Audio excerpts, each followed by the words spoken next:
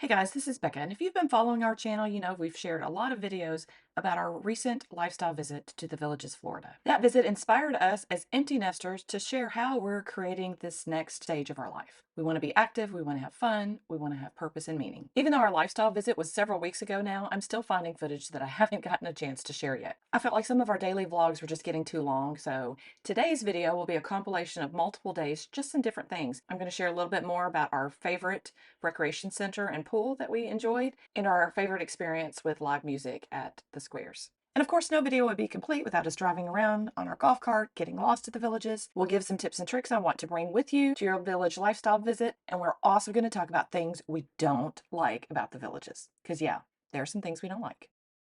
First, we want to clear up a common misconception, and this is probably going to shock some people. The Villages is not a gated community. Anybody can come by and push that button. When you push the button and you don't use your villager resident card, it takes your picture. So everybody's recorded. So it gives a sense of safety and exclusivity. So a lot of people, you know, that don't live in the villages don't know that. Right, but like for your house insurance, homeowner's insurance, you can't say that you live in a gated community because you do not. Right, but it does kind of keep just random people from thinking that they can just drive through it and look around. And when we were at the pool yesterday, someone came in to check for your card. You're supposed to always have your resident card with you. If you're in the pool, they don't make you get out to show it.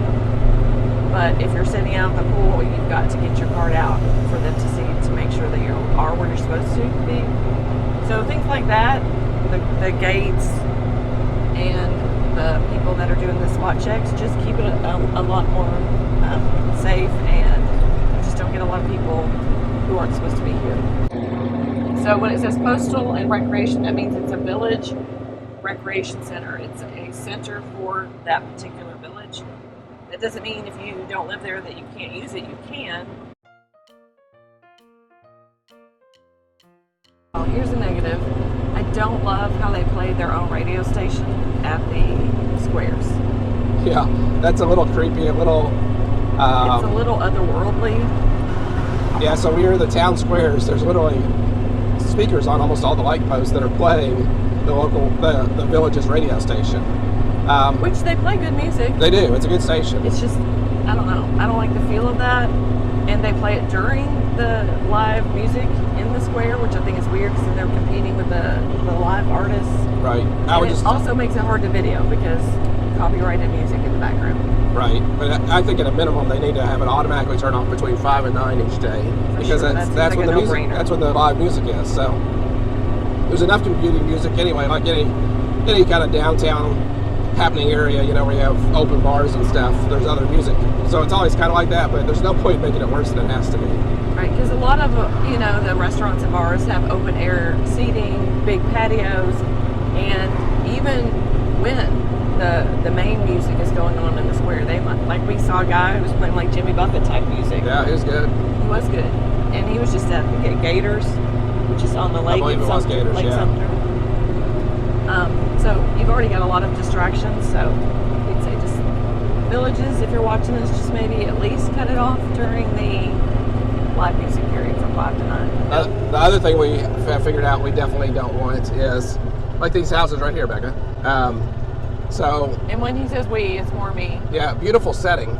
But if you look, there's no retaining wall or fence or anything between the water and those... And the alligators. Right. And we've been told the alligators are much more docile than crocodiles and not very aggressive. And I mean, our realtor even said that she has one that comes and sits in her yard and they've named it and stuff. And she has kids, they aren't young kids, but she didn't seem the least bit worried about it. But it's going to take us a while to get there. So I'm not sure I'll ever get there, but I mean, so those would be considered premium lots because they do have a water view. So people like a water view or a golf course view or a nature preserve view, which we have friends that have one that's gorgeous. But they've been here for 7 years. 7 years. So they built in an area that was unpopulated and not very serviced by restaurants and stores. So they put up with some inconvenience to get a really nice location with a view, which now, you know, those are hard to come by. Now, if you are okay with waiting, like I talked to another gentleman, he waited 2 years to get a gas station and a grocery store near to his home. He said it was kind of isolated, and actually Tunnel. when he wanted or needed gas for his golf cart, he had to go to the golf course nearby. They would fill up his golf cart for him at whatever the current price for gas was, plus $1 a gallon. Oh, really? That's funny. I didn't talk to that guy. But, now he's well located and he has a gas station. He was really glad when Magnolia Plaza opened with a gas station and a Publix. But so that's something you can think about. If you can deal with a couple of years of inconvenience, maybe not being as connected as you like, you might, pay a little bit less for a premium lot or spot. That'll be amazing once it's finished. And we're going to get past because some people have jerry-rigged their golf carts to go faster than they're supposed to. I'm not saying that person did, but I'm saying we're pretty much maxed out. Yeah, which is fine. I mean, I would like it to go a little faster myself. I would probably do the same thing. And actually, we had dinner with friends last night that know how to do it. So I don't know what he's talking about, and I'm probably going to edit that out of this video. And as far as utilities go, all the utilities in the neighborhoods are underground, but you do see major power lines in certain places. Like you can see it running parallel to this road here. There's some that get even more major than that, but it's just such a dense population in a small area. You got to have the power somehow. But when you get into the neighborhoods, there's no power lines at all. Most of them, you can see sometimes some of them, like, you want to be careful if you're trying to buy remotely. You do want to have a good agent that you're working with or a friend to come and check it out in person, because the pictures online they're not going to put where you can see power lines. But some of them definitely are closer to power lines than others. If that's a concern for you, like, I wouldn't super like to be close. Yeah, so those major ones definitely not. That's us, personal preference. Yeah. But I mean, you can probably get more of a deal if you don't mind that. As a fitness instructor, I'm extremely disappointed that your amenity fee at the Villages does not include access to indoor gym facilities. Yes, the rec centers have outside exercise equipment that you can use. Yes, there are plenty of opportunities for outdoor rec, from tennis courts, pickleball courts, bocce ball, and of course the beautiful and well-maintained golf courses. You don't have access to an indoor gym. There are some rec centers that have an indoor gym, but it comes at an additional charge. So that is something that I hope the Villages change. I know in the new Olympia Center in the Eastport area that they're going to have some indoor things like indoor pickleball courts and a rock climbing wall. And I hope when they see the popularity of that they will start to include other indoor exercise facilities as part of your amenity fee. This is a good place to see the pitch and putt. So there's the tee box right there. You see the little sign, and then there's the flag, the green right there. So literally a whole 9-hole course of pitch and putt. You can also find some driving ranges like these. Beautiful setting. All right, so I wanted to show you the vast difference between developed and then not developed. All that back there is not developed. All this over here is not developed. Not developed. So Probably till we come back like in December.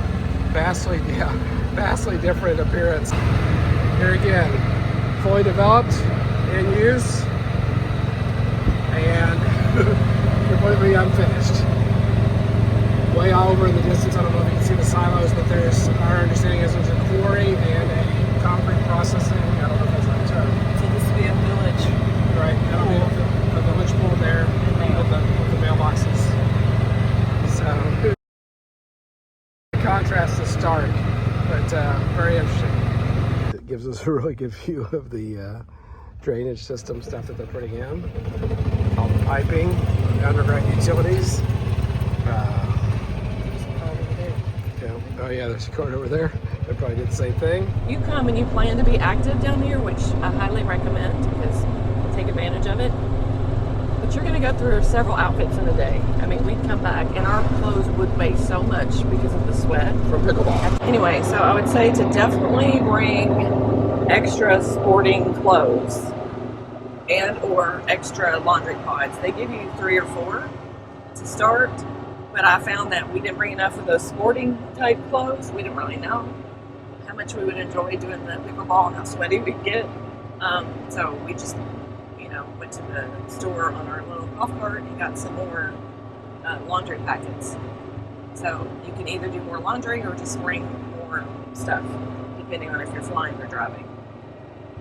And there's not a huge number of plates and stuff, and we have been trying to eat at the villa some, or actually I guess it's the cottage. I thought it was going to be a villa, but I think it's a cottage. So we bought some dishwasher pods. Yeah, they give you basically kind of like an Airbnb, a starter set.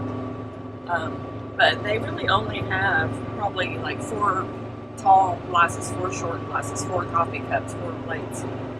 So, if you eat breakfast and lunch in, you're going to have to be running the dishwasher. Or you can bring, disposable goods or buy those. Yeah. I would also recommend bringing a small, like, stick-on compass or something for the golf cart, because sometimes the thing just says head north, and you've gotten used to in your car having a compass thing to look at on your mirror and so forth, and there's nothing like that in the golf carts. And a suction thing to hold your phone for the direction. Because we brought a selfie stick, which I can use to hold, but obviously it's bumpy and a little bit less secure, and so it'd be nice for him to be able to just kind of see the map. The GPS that the Villages gives, or that you can buy, it's an app that you can buy. It's really great because it can give you road directions for automobile or for using the golf cart. So it's a combination of roads like this, the lane for golf carts, and sometimes it'll have us get on a multimodal. Also, the app, Becca mentioned you had to buy it. I would definitely do that. I mean, I don't know how you navigate on a golf cart very effectively at all without the right. app. So he bought it. I didn't. Yeah. So we're always using his phone for navigation. But obviously, if we lived here, we'd both buy it. And I think you have to pay for it every year because they update it. Because they build 300 houses a month, so it'll be a new village that pops up and new rec centers and new things that they're building. And even when we moved in, the village contact person basically dropped a pin. Right. When you visit the Villages on your lifestyle visit, make sure to go to some of the welcome centers as well as the rec centers. You can get a lot of great information on the programming. You can get information on what the guest pass process looks like for when you are a resident and you want to have your friends and family come. You can also learn a little bit more about the lifestyle enrichment program, which offers so many cool opportunities to explore different areas of interest. And if you have grandchildren, you absolutely have to ask for information about Camp Villages. This is something that we're super excited about, as we think it's a way to really build some wonderful memories with our grandchildren. Looking back at our week, I'd say that Fenney was my favorite rec center and pool. We covered it in detail in one of our other videos, but wanted to hit some highlights here. Has a great nature trail. We didn't actually go through it, but would like to when we return. It's just in a beautiful setting with lots of live oaks, Spanish moss. They have this area where they have live bands and entertainment sometimes. The pool was lovely. It was always pretty busy, so I didn't feel like I could get good pictures without, getting other people in them. But it also has this grill where you can order and take your food out to the pool. And I felt like the prices were very reasonable. The food was excellent. So this is a family pool and it had a 0 entry on one side. So it's a great place to take grandkids. So on our initial trip, our favorite place that we danced was at Brownwood Paddock. This was the band Blonde Ambition, and they're very good. We can't play their music due to copyright stuff. And keep in mind, this is on a day that was probably 90 plus degrees. And this would have been somewhere between 5 and 9 p.m. So it's still quite warm, quite humid. But there's this many people out dancing in their slow season. So if you like live music, you like dancing, that's really what initially attracted Becca to taking a visit down there. And, this seems to be the place for you because on any given night, this is one of 3 places at least 365 days a year that has live music. Right, official Villages places, but restaurants also sometimes have live music. Yeah, these are called town squares. There's 3 town squares, and 365 days a year they have live bands. There's also a place called Sawgrass Grove that isn't an official town square, but sometimes has live music. Yeah, and they offer like boozy bingo, trivia, and other live entertainment things like that. And the Eastport Center, I'm not sure when that entertainment starts, but that will be a 4th true town center for entertainment. Right, so literally you can look in your Villages newspaper or at your Villages app, see what bands are there well in advance, and then kind of chart out your plan for seeing the best bands. Very fun, and I would highly recommend it. And also, you can see some of these images look a little different. That's because they are screenshots from the live cam of the Villages. So you can kind of see, if you check like at 5, how busy each of the squares will be. Right. We had seen the cameras, and so we made a point to make sure we got on the camera at some point. The worst traffic we ever encountered at the Villages was after the live entertainment at the squares ended. So the video doesn't show it great, but I was trying to capture just kind of the line of taillights and headlights of everyone leaving on golf cars and regular cars. The square was actually packed. I mean, truly packed. Lots of people dancing. And there were actually 3 bands that people told us, 3 bands tonight that people told us to go see in various squares. Right, so we picked one. So to think that there are at least 3 bands that are very popular at the Villages tonight, and that square was still that busy, is crazy. Yeah. Yeah. Yeah, it's Friday night, so maybe they put the most popular bands on Friday and Saturday. But we basically made our decision because we hadn't done music at night at Brownwood Square yet, at Paddock Square. So that's how we chose One Ambition. They did not disappoint. Lots of great vocals, lots of, they had horn. Yeah, I think they had at Saxophone. least 3, maybe even 4 different people sing lead on various songs. Yeah, it was great. I mean, Great. So this was just kind of interesting to me. In our condo in Lexington, it's a kind of a townhouse format, so it has 3 levels. I had never realized it, but my watch was tracking the number of flights that I climb. The village's houses, as we've talked about before, are all 1 story. So my watch notified me after we'd been there for several days that I wasn't doing my usual number of flights of stairs, which is 14 per day, 14 flights of stairs per day. Do us a huge favor and like and subscribe to this channel. Thank you.